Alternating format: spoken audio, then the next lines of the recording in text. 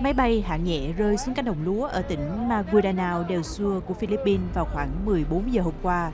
Những người trên máy bay gồm một quân nhân mang quốc tịch Mỹ và 3 thành viên nhà thầu quân sự. Hiện không ghi nhận thương vong dưới mặt đất. Theo hãng tin AP, có nhân chứng nhìn thấy khói bốc ra từ máy bay và nghe thấy tiếng nổ trước khi máy bay lao xuống đất. Đại diện Đại sứ quán Mỹ cho biết Bộ Tư lệnh Ấn Độ Dương-Thái Bình Dương của Mỹ sẽ điều tra và đưa ra tuyên bố chi tiết hơn về vụ tai nạn.